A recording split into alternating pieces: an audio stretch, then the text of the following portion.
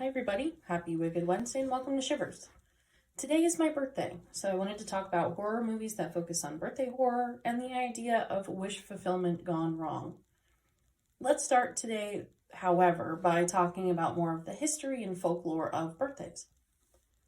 Early birthday celebrations started with the pagans. The pagans believed that a person was especially susceptible to spells of good and evil during their birthday. During a person's birthday, personal spirits make their appearances as well, which means that you're a bit closer to the spirit world on this day that is special to you. This is where birthday wishes come from, believing that the spirits closest to you would take your innermost wants and dreams and help manifest them to life with more strength than any other day. In ancient Greece, gifts were given to those celebrating their birthday as a way of getting rid of evil spirits. They also used noisemakers to help scare away the bad spirits, which is where the party poppers used in celebrating birthdays really came from. While cakes had been around for long before birthday cakes, Germans started the tradition of eating cake and adorning them with candles. Sometime during the end of the 18th century, Germans began celebrating Kinderfest. The celebration involved placing one candle for each year of life. The birthday child would blow out the candles while making a wish, and that's how we got our traditions today. Today, Kinderfest doubles as a summertime parade and celebration and a collective birthday celebration for elementary school-aged boys and girls. In England, birthday cakes in the 18th century were also baked with a ring inside of them, and the person who received the ring in their slice of cake would be the one to marry that birthday boy or girl. The Pennsylvania Germans may have the most delicious rule regarding birthday cuisine, which their tradition requires you to eat a donut for luck on your birthday, which guarantees you will live an extra year. For candles, birthday candles really started with Artemis, the moon goddess. To help celebrate Artemis, Greeks offered her cakes adorned with glowing candles. The Greeks also believed that smoke helped carry their messages to the gods.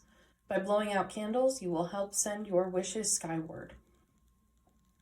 And the final thing to point out from the folklore side of it is more a superstition. When you run into a friend who has a birthday coming up, it's only natural to wish that person a happy birthday in advance. In some parts of the world, though, you are seemingly cursing them. Your innocent wish is supposed to bring bad luck down on the birthday boy or girl. In Russia, for example, you should never celebrate a birthday until the actual day of the event. If you can't do it that day, wait until afterward to avoid bad luck. In Germany, even wishing someone a happy birthday before the day of the event is bad luck. Just to be safe, some superstitious folks in that country don't give children any gifts until the day of their birthday or after their birthday. So, moving on to actual movies. There's really only one movie in terms of horror or even thriller that focus on the actual birthday, which is Happy Death Day, and revolves around our main character reliving her birthday over and over and over again. I've talked about Happy Death Day in a number of these posts and podcast episodes, so if you want to know more about the movie, just kind of go talk about those. But that is the only horror movie that deals with birthday horror, which I think is really fascinating. In terms of the actual wish fulfillment side of things, though, I am a huge proponent of the idea of being careful what you wish for. I even have it tattooed on my side of be careful what you wish for. I think it is fearful and scary. You have to be intentional with your words, but it's also just an interesting concept to take and run with in horror. I think the number one movie that does this well is Coraline. You have this young girl who moves into the Pink Palace, a new house, a new city, with just her parents who are really career driven and kind of career obsessed. She wants to make new friends. She wants to go out and spend time with her parents, and they're just not having it. And she wishes for new parents, a new family, a new environment. She crawls through the hole in the wall in the middle of the night and wakes up to the other mother and her other father and her other life on the other side of this Pink Palace. And what seems like a kid's movie, which is still marketed as a kid's movie, which always blows my mind, turns into a true horror movie. And I always tell people one of the scariest movies I've ever seen because it just goes to the root and the core of the consequences of wishing for something wrongly, of not understanding what exactly you're wishing for. You want new parents, but the bad side of that can be true too. So I think Coraline does it the best. Another one to kind of point out is Krampus. Even though this is a Christmas movie, it plays at the theme of wish fulfillment very well. The young son in the movie, Max, is really tired of the year after year obligations of Christmas parties and spending time with his family, and wishes that Christmas just didn't exist and that his family would just go away. And he gets his wish, and they all get trapped in a snow globe by Krampus. Sorry, spoiler alert. And I think it's a sort of the same thing, and having it come from the mouth of a child makes it that much scarier because it's creating fear in the eyes of children, which is wild to me. But going back and really throwing it back in time, we also have the Monkey's Paw. This came from a very old story that was turned into a movie in 1948. It's this idea of a curio shop dealer, an antique dealer, has an old actual monkey's paw, and anybody who is given that paw has the opportunity to make 3 wishes. But bad things will happen every time you make a wish. So you have to be prepared for the consequences and be very specific with what you want.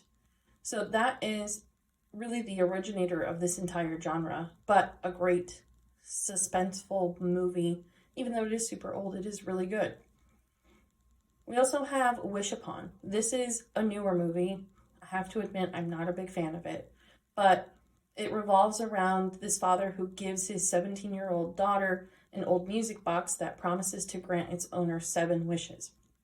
She's skeptical at first, but becomes seduced by the dark powers when her life starts to radically improve with each wish. Everything seems perfect until she realizes that every wish she makes causes the people who are closest to her to die in violent and elaborate ways. So again, it is taking it and making the whole idea of being careful what you wish for and dramatizing it. But the point still stands. I'm going to keep talking in circles about it, but be careful what you wish for. And the last one that is on this list is more of a selfish addition on my own part.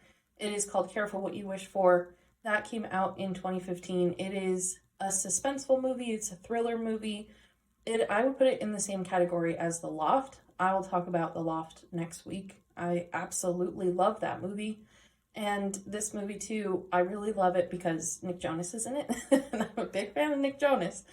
But it's not really a horror movie, but just with the title of Being Careful What You Wish For, it's this young guy who goes to a lake house, takes care of the lake house, spends time with his family, and then his neighbor basically seduces him.